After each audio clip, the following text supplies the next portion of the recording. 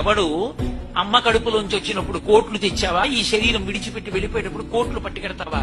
Alexander the world conqueror అనిపించుకున్నవాడు శరీరం విడిచిపెట్టే ముందు చెప్పుకున్నాడు, శవపేటికలోంచి 2 చేతులు ఇలా బయట పెట్టేసినవి పాతి పెట్టేసి బయట పైన బోర్డు పెట్టండి, Alexander the world conqueror who has conquered the entire world left this world without taking even a single naya paisa with him, stretching his hands like this.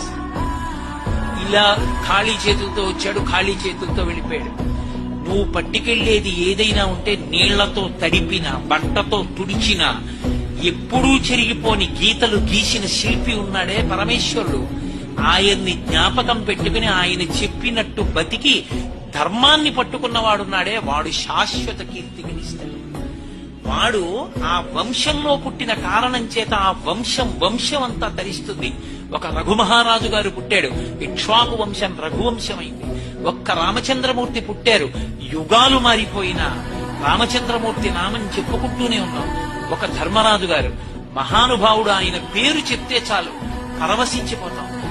ఎక్కడ ధర్మమో అక్కడ విజయము, ఎక్కడ ధర్మమో అక్కడ రక్షణ, ఎక్కడ ధర్మమునందు అనురక్తి లేదో, ఎక్కడ ధర్మము విడిచిపెట్టబడి కేవలము ధనమునకు మాత్రమే విశేష ప్రాధాన్యత ఇవ్వబడుతుందో అక్కడ కేవలము పతనము తప్ప ఉన్నతి అన్న మాట అన్వయము కాదు.